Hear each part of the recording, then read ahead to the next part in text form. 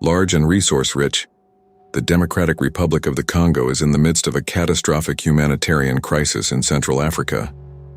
The terrible amount of violence and the untimely deaths of innocent people have brought this situation to the attention of the entire globe, igniting broad concern.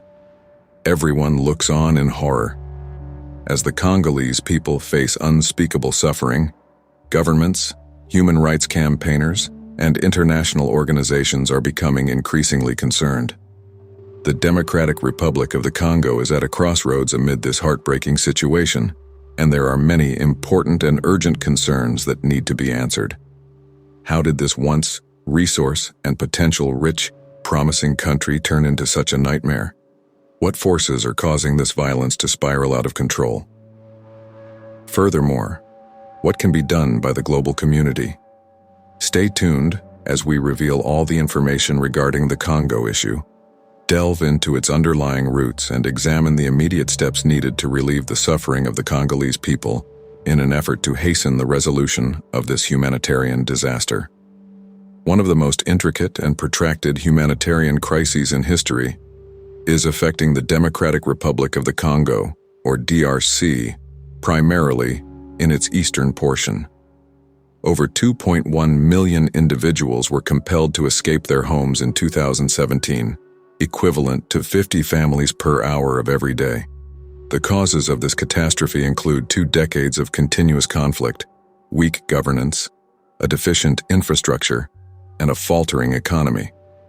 Unfortunately, on the international scene, this situation is frequently disregarded and forgotten.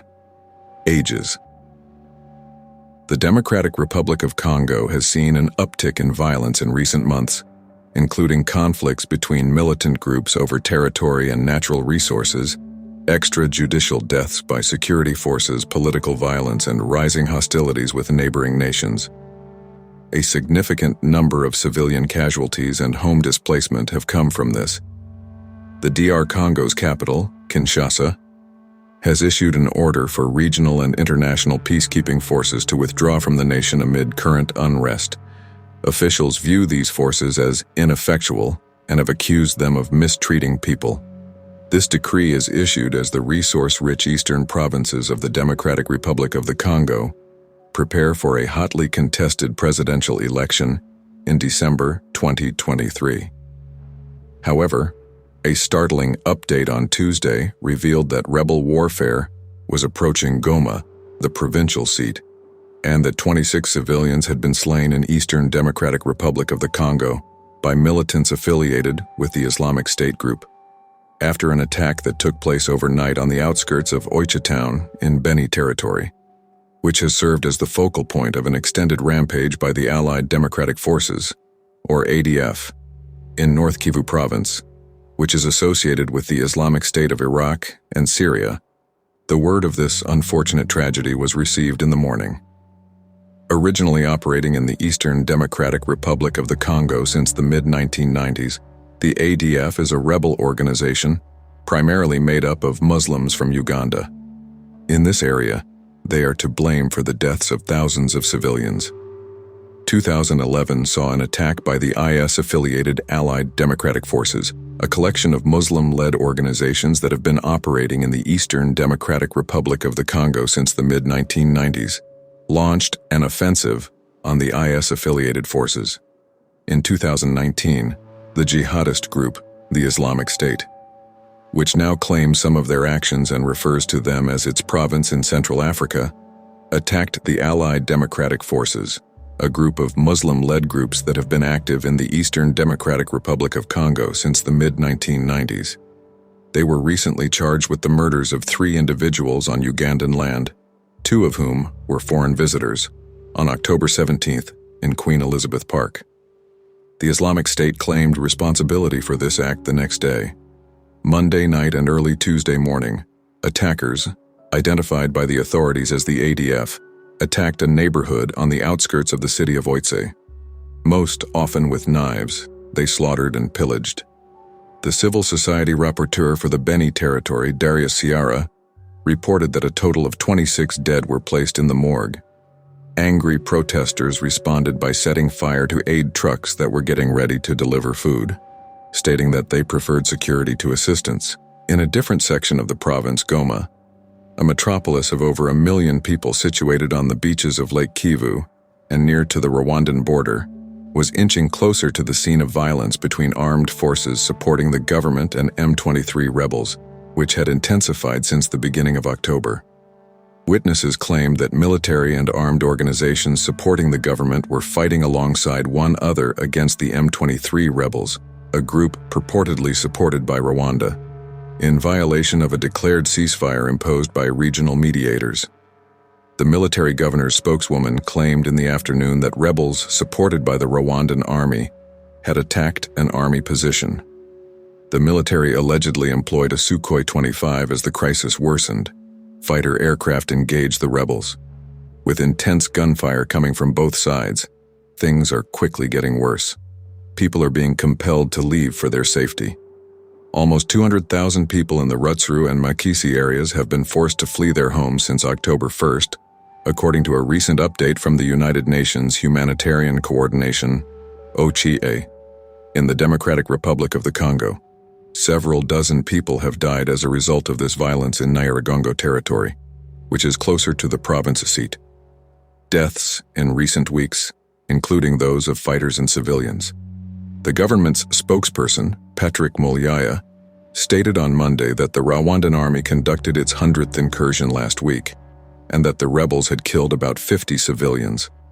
A representative for M23, however, vehemently refuted these allegations.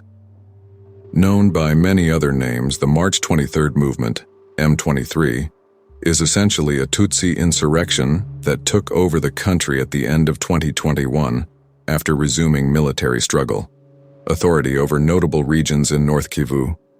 Although an East African force is stationed in the region, Kinshasa has criticized both it and the UN force for failing to successfully disarm the rebels.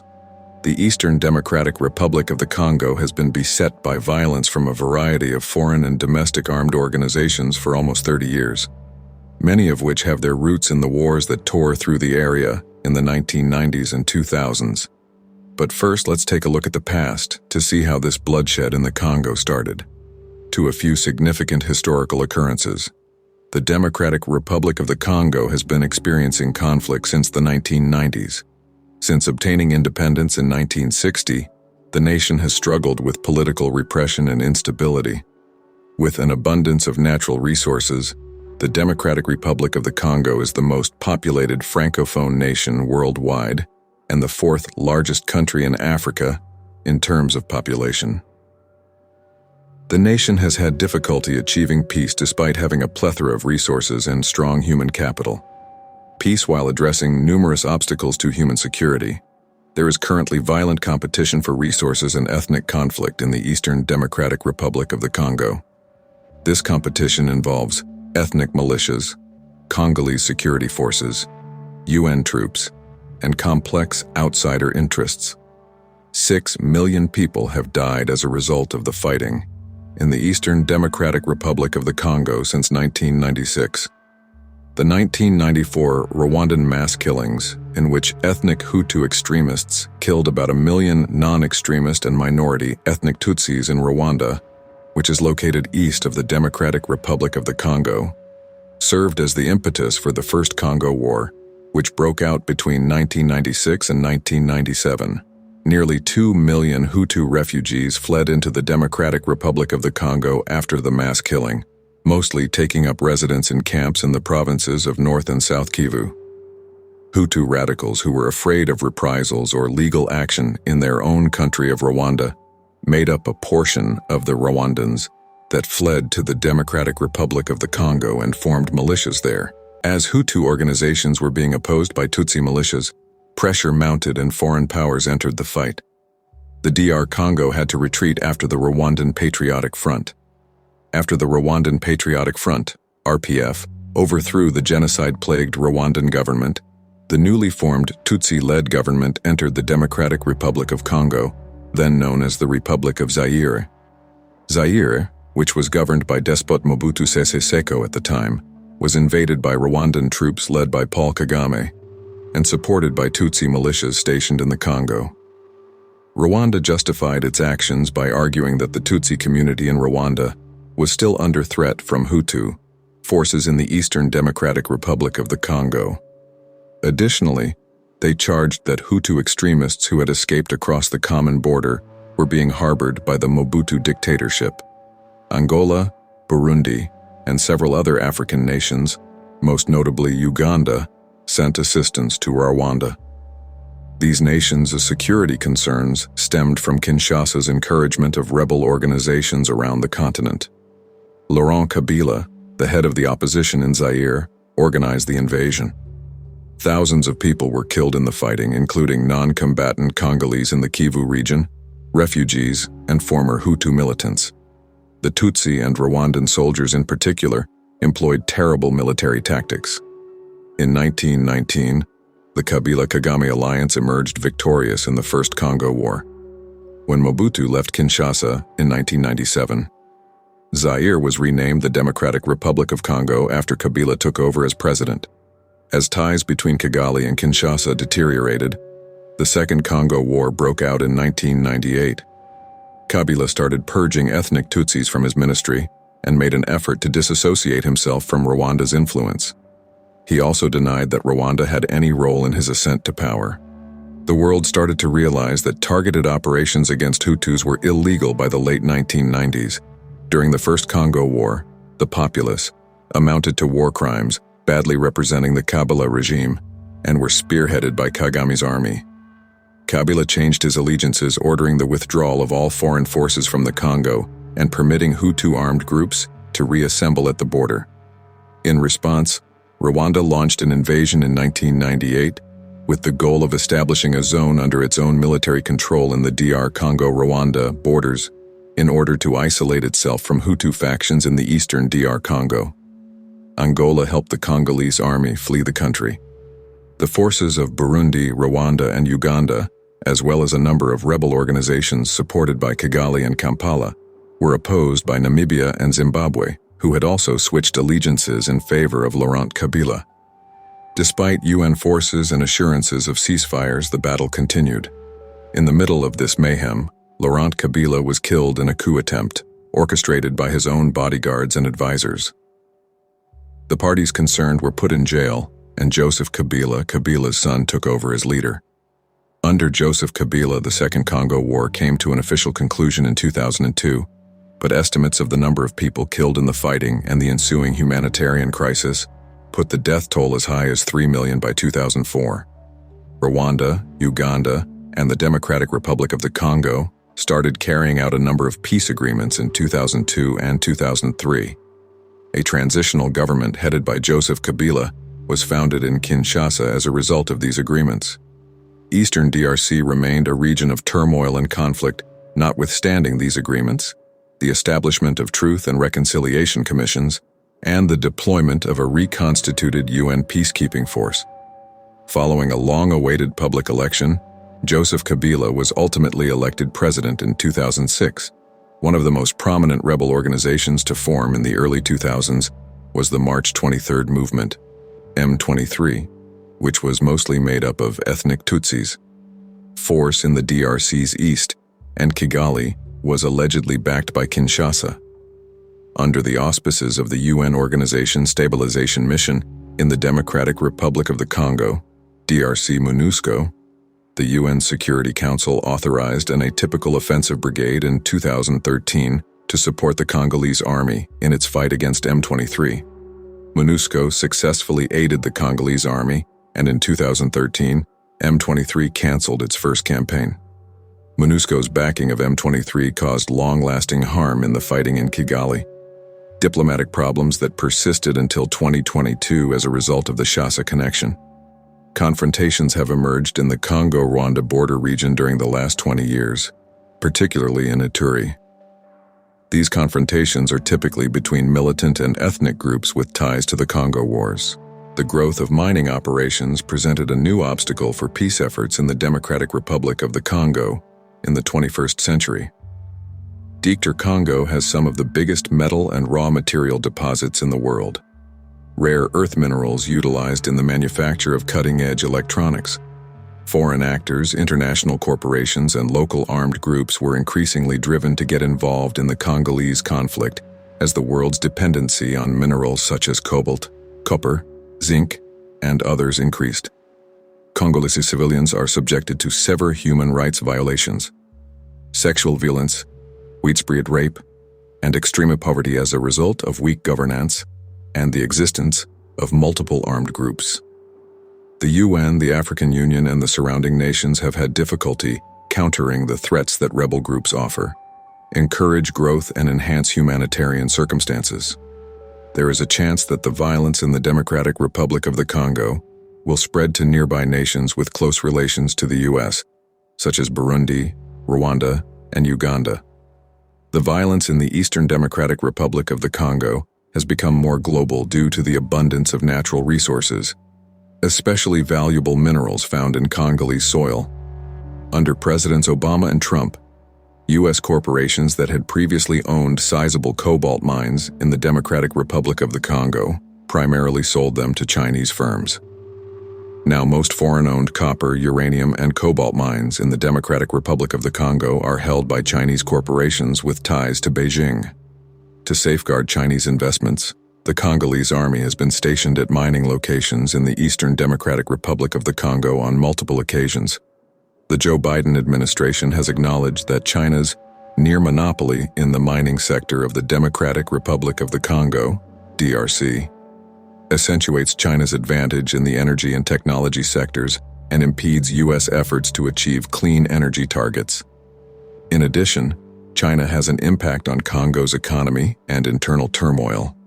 Chinese weapons and drones are being used by the Congolese government to combat the M23 rebels. Furthermore, Uganda has acquired Chinese weapons for use in military operations inside the Democratic Republic of the Congo's borders. China's agreements with Congolese politicians, especially under Joseph Kabila's administration, have allowed Chinese businesses substantial access to metals needed to produce electronics and sustainable energy technologies. Allergy symptoms. Prior to President Kabila's retirement in 2019, this relationship came under international attention when it was revealed that Chinese monies meant for infrastructure projects were being diverted to Joseph Kabila and his friends in exchange for mining rights.